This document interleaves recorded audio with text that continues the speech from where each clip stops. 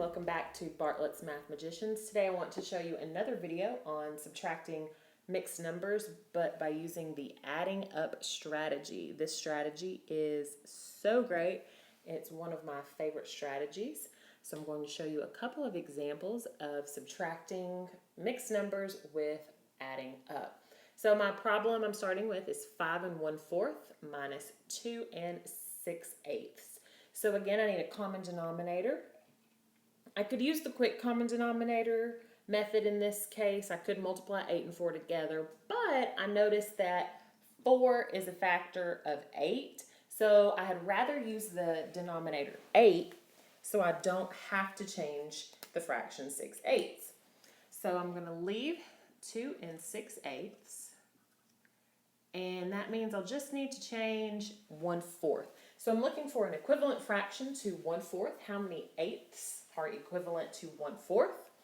That is 2/8. If I'm not sure, just come over here, set them equal to each other. So 5 2/8 minus 2 6/8. I have too many eighths. So I know I would typically regroup here, but I'm actually going to use the adding up strategy instead of regrouping. And when I add up, the same as we do with whole numbers, I'm going to start with my smaller number and I'm going to add up to my total. So I have 2 6/8, and I'm going to add to a friendly number. So my friendly number is going to be the next whole number. And so I can add 2/8 right here because 6/8 plus 2/8 is 8/8. And I'm going to end with 2 8/8, which we know as 3. So I'm still not at 5 2/8, so I would take 3. I'm going to go ahead and add 2 wholes to get to my 5 wholes.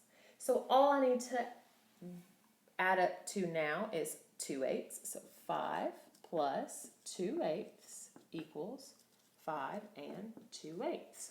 So I notice all of the numbers that I added up with, and I see that 2/8 and 2/8 is 4/8, and I have 2 wholes. So my answer is 2 4/8, or what we also know as 2 1/2. So this is the subtracting fractions with adding up strategy. So I could have regrouped here, but I decided to add up. So I will do another example. 8 3/6 minus 5 6/7. So again, of course, we know common denominator here. The common denominator between 6 and 7, if we multiply them together, our common denominator is going to be 42. Because 6 times 7 is 42. And if you listed the multiples of 6 and 7, 6, 12, 18, 24, 30, 36, 42, 48, 54. And the multiples of 7, 14, 21, 28, 35, 42, 49. I notice the smallest number they have in common is 42. So now I need an equivalent fraction for both. I notice that my goal is to recognize that, hey, 3/6 is equal to a half. So the numerator should be half of the denominator, as we learned in 3rd grade, that if the numerator is half of the denominator, then the fraction is equivalent to 1/2. So this will be 21. And I will need an equivalent fraction for 6/7. So I could say 6/7 is equal to what over 42? 7 times 6. That's going to give us 36. So I would do 21 minus 36, and I know I don't have enough, so I could regroup here and regroup with the 8, but I'm going to use the adding up strategy again. So I'm going to take my number 5 36 over 42, and I'm going to add up to 8 21 over 42.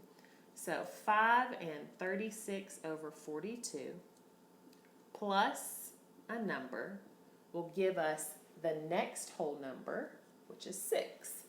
So I know 42 over 42 is 1 whole. So to get to 42 over 42, I need to add 6 over 42.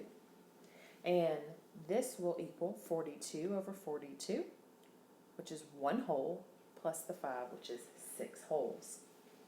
Then 6, I'm going to go ahead and add 2 wholes to get to my 8 wholes.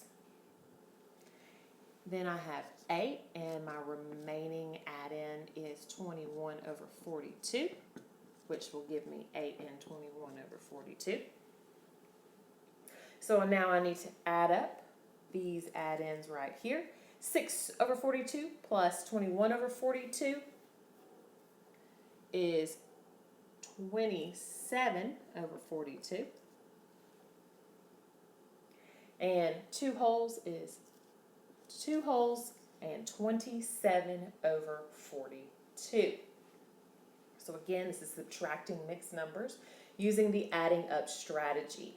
This is an alternative to regrouping. Again, we need to know all of the strategies, but this is a great strategy to use instead of regrouping, just add up.